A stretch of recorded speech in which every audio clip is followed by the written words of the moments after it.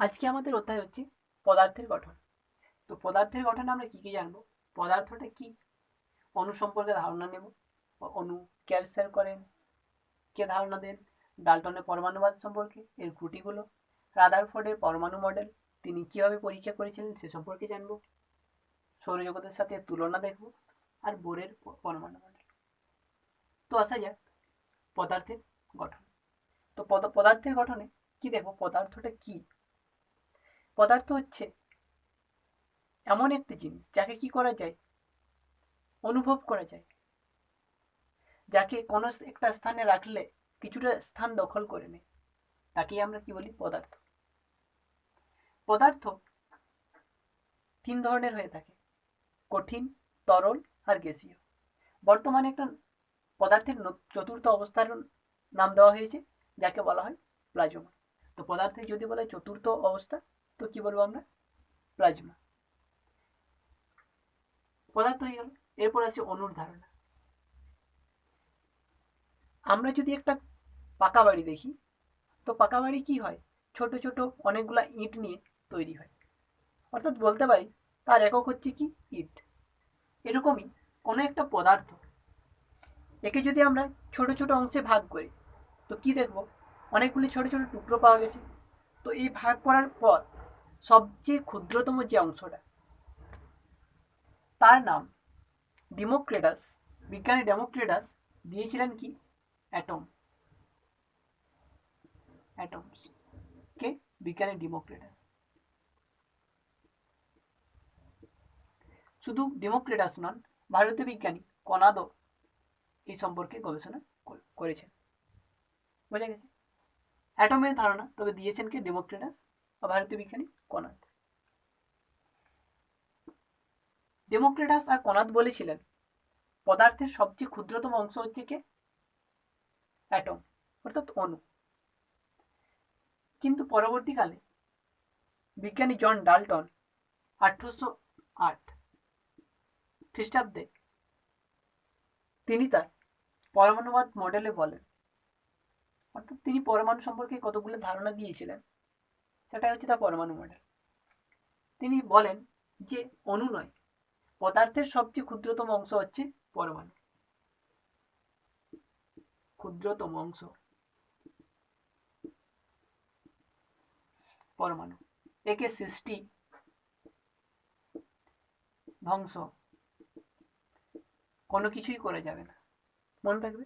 তো প্রথমে কি বলেছেন, পদার্থের সবচেয়ে ক্ষুদ্রতম কণা হচ্ছে পরমাণু, যাকে না সৃষ্টি করা যাবে না ধ্বংস করা যাবে। দ্বিতীয় বলেছেন, এক যদি একই পদার্থ হয়, একই পদার্থের সব পরমাণু ধর্ম, সব ধর্মই কি হবে, একই হবে। অর্থাৎ যদি আমি একটা চিনির দানা নিই, তো কি হবে, চিনির দানার যদি আমি ছোট ছোট টুকরোতে ভাগ করি, তো প্রতিটা টুকরোর কি হবে, ধর্মটা কি হবে। অন্য একটা দানা যদি মিষ্টি হয়, বাকি দানাও মিষ্টি হবে। এগুলো যে বিক্রিয়াতে সাড়া দেবে, সেগুলো একই বিক্রিয়াতে সাড়া দেবে। আর যদি আমি একটা কোনো কিছু মনে করো, তেতো জিনিসের টুকরো নিই, তো কি চিনির ধর্ম আর তেতো ধর্ম কি একই থাকবে, নিশ্চয়ই থাকবে না, আলাদা হবে। তো ডাল্টন ওটাই বলেছেন যে একই পদার্থের কি হবে, সব ধর্ম একই হবে, পরমাণুর ধর্ম একই। 3 নম্বর বলেছেন, ভিন্ন পদার্থে পরমাণুর ধর্ম ভিন্ন। বোঝা গেছে। 4 নম্বর বলেছেন, রাসায়নিক বিক্রিয়ার সময়, রাসায়নিক বিক্রিয়ার সময় এরা কি করবে, পূর্ণ সংখ্যায় সরল অনুপাতে যুক্ত হয়ে যৌগ গঠন করবে। পূর্ণ সংখ্যা সরল অনুপাত, অনুপাতে যুক্ত হয়ে যৌগ গঠন করবে। এই ছিল ডাল্টনের পরমাণুবাদ। আবার বলছি, ডাল্টনের পরমাণুবাদ কি। ডাল্টন বলেছেন পদার্থের সবচেয়ে ক্ষুদ্রতম অংশের নাম হচ্ছে পরমাণু, যাকে না সৃষ্টি করা যায় না ধ্বংস করা যায়। বোঝা গেছে। দ্বিতীয় হচ্ছে একই পরমাণু, একই পদার্থের সব পরমাণুরই ধর্ম কি হবে, একই হবে। আর ভিন্ন পদার্থের সব পরমাণুর ধর্ম কি হবে, ভিন্ন হবে। রাসায়নিক বিক্রিয়ার সময় পরমাণুগুলো কি করে? পূর্ণ সংখ্যায় সরল অনুপাতে যুক্ত হয়ে যৌগ গঠন করে। এটা ছিল ডাল্টনের পরমাণুবাদ। এরপর দেখবো এর ত্রুটি, কি কি ভুল ছিল। ডাল্টনের পরমাণুবাদ বৈজ্ঞানিক মহলে রীতিমতো সাড়া ফেলেছিল, কিন্তু পরবর্তীকালে এটা পরীক্ষা করে দেখা যায় যে তার পরমাণু মডেলে কতকগুলো ভুল আছে। কি কি ভুল? তিনি বলেছিলেন ক্ষুদ্রতম অংশ কি? পরমাণু। একে না সৃষ্টি করা যায়, না ধ্বংস করা যায়, না একে আরো ভাঙা যায়। তো বলা হয়েছিল ক্ষুদ্রতম অংশ পরমাণু, কিন্তু বর্তমানে দেখা গেছে যে পরমাণুকে আরো ভাঙা যায়। ইলেকট্রন, প্রোটন আর নিউট্রন। তো তার প্রথম খুঁটি হচ্ছে এটা। ডাল্টন বলেছিলেন একে আর ভাঙা যাবে না, কিন্তু বর্তমানে ভাঙা গেছে ইলেকট্রন, প্রোটন আর নিউট্রন। তিনি বলেছিলেন একই পদার্থের সব পরমাণুর ধর্ম একই, ভিন্ন পদার্থের সব পরমাণুর ধর্ম ভিন্ন। কিন্তু আইসোটোপ আর আইসোবার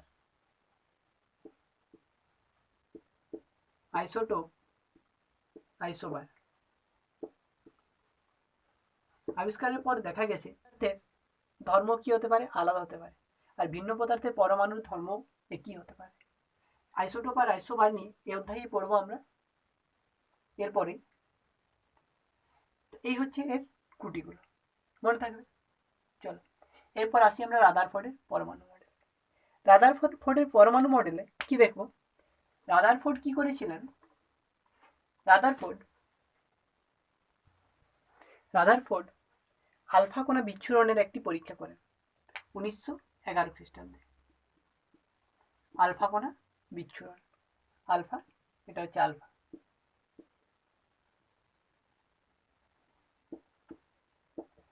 এর আগে কিন্তু আমার 1897 খ্রিস্টাব্দে বিজ্ঞানী টমসন, জে টমসন কি করেন? ইলেকট্রনের আবিষ্কার করেন। বুঝা গেছে? তো ইলেকট্রনের আবিষ্কারকে জে টমসন। কিভাবে মনে রাখবে? ইট রস্যই ট। তো ইলেকট্রন আবিষ্কার করেন কে? টমসন। আর এখানে তো কিছু নেই।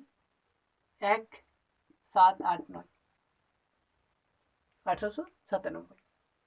তো ইলেকট্রন আবিষ্কার করেন কে? J Thomson. এরপর আছে রাদারফোর্ডের পরমাণু মডেল। তিনি কি করেছিলেন? প্রথমে একটা সোনার পাত নিয়েছিলেন, খুবই পাতলা একটি সোনার পাত নেওয়ার পর এর চারিদিকে একটি জিঙ্ক সালফাইডের একটি পাত রাখেন। মাঝখানে কি করেন? একটা সোনার প্লেট বসান, আর এর চারিদিকে জিঙ্ক সালফাইডের একটি পাত বসান। ঠিক এরকম ভাবে এরপর তিনি একটি গানের সাহায্যে আলফা কণা পাঠাতে থাকেন সোনার পাতের উপরে। সোনার পাতের ব্যাস ছিল 100 ন্যানোমিটারেরও কম, তাই আলফা কণা দেখা যায় সোনার পাত ভেদ করে পাশে থাকা আলোক সংবেদী পাত জিঙ্ক সালফাইডের উপর পড়তে থাকে। তিনি দেখেন কিছু কিছু আলোক রশ্মি সোনার পাত ভেদ করে ওপারে যাচ্ছে, আবার কিছু কিছু আলোক রশ্মি নিজের অভিমুখ পরিবর্তন করছে, আবার কিছু কিছু রশ্মি প্রতিফলিত হয়ে আবার ফিরে আসছে।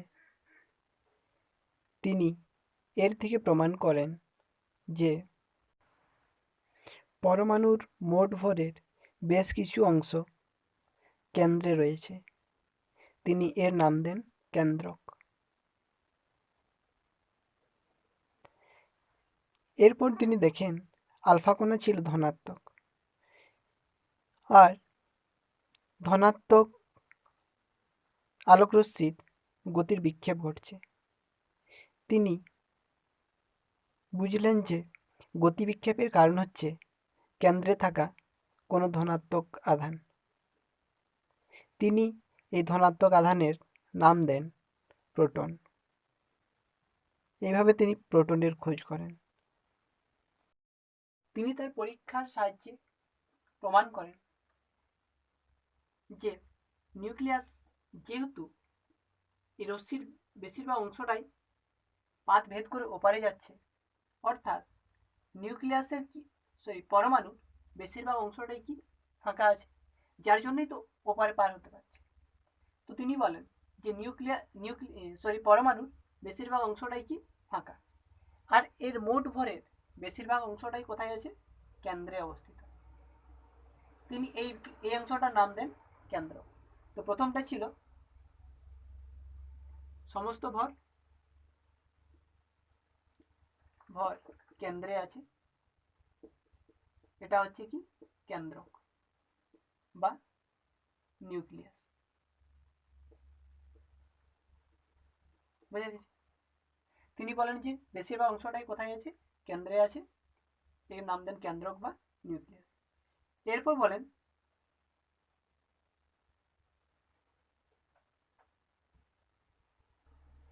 যেহেতু আলফা কণাগুলো পার হচ্ছে, তবে নিশ্চয়ই বেশিরভাগ অংশই কি ফাঁকা।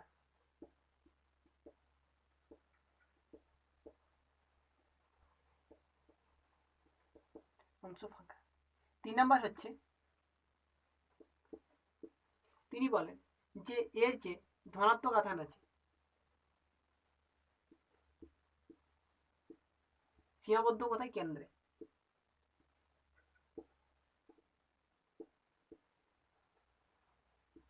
তো কি কি দেখলাম, যে সমস্ত ভর কোথায় আছে, কেন্দ্রে আছে, এই অংশটার নাম তিনি দেন কেন্দ্রক বা নিউক্লিয়াস।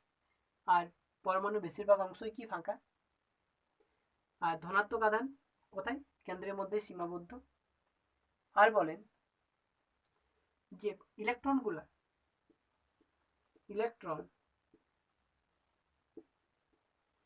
এই নিউক্লিয়াসের চারিদিকে ঘুরছে।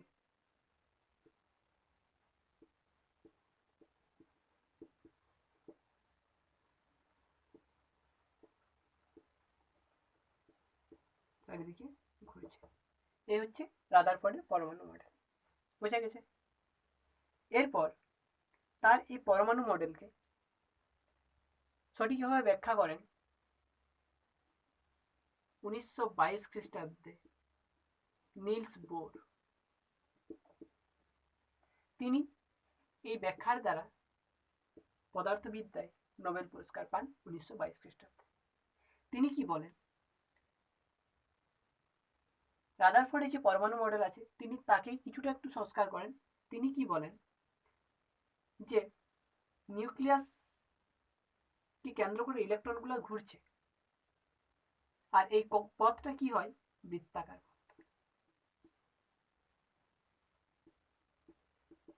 বৃত্তাকার পথ।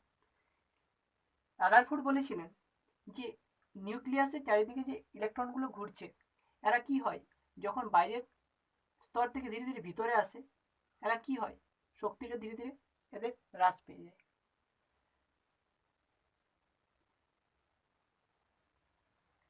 অর্থাৎ ধীরে ধীরে শক্তি হ্রাস পেতে পেতে কি হয়, সামনের দিকে আসে, ভিতরে শক্তি স্তরে আসে। বোর এই মডেলটাই একটু নতুন সংযোজন করেন। তিনি বলেন যে পরমাণুর গঠন নিউক্লিয়াসের চারিদিকে কি হচ্ছে, বৃত্তাকার পথে ইলেকট্রনগুলো প্রদক্ষিণ করছে।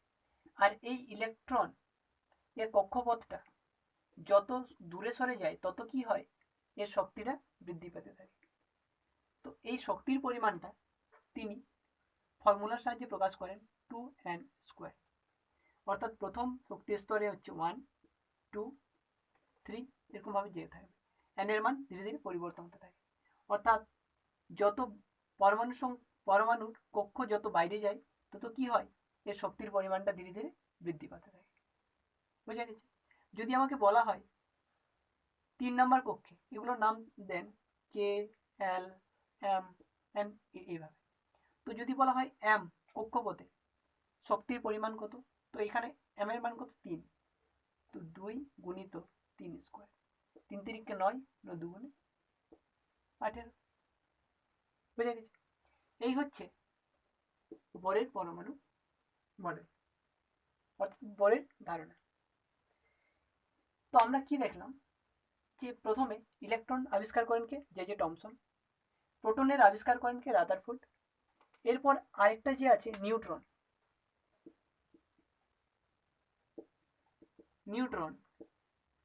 নিউটনের আবিষ্কার করেন কে? রাদারফোর্ডেরই ছাত্র সেডউইক।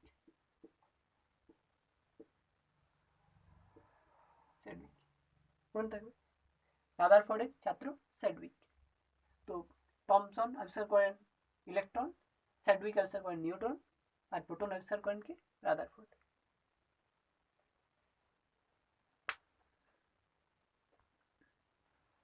পরের ভিডিওতে আমরা জানব ইলেকট্রন, প্রোটন, নিউট্রন এর ভর কত, আধান কত, এরপর আইসোটোপ, আইসোবার, পরমাণু সংখ্যা। পরের ভিডিওটা খুব ইম্পর্টেন্ট তোমাদের পরীক্ষার জন্য আর তথ্যের জন্য, খুব ইম্পর্টেন্ট ভিডিও, তো পরেরটা নিশ্চয়ই দেখবে। ভিডিওটি বানানোর জন্য বলেছিল সন্তোষ নাগ, তো থ্যাংক ইউ সন্তোষ, তোমার জন্য এটা বানানো। তোমাদেরও যদি কারো কোনো টপিকস নিয়ে ভিডিওর দরকার হয় তো নিশ্চয়ই বলবে, আমি বানানোর চেষ্টা করব।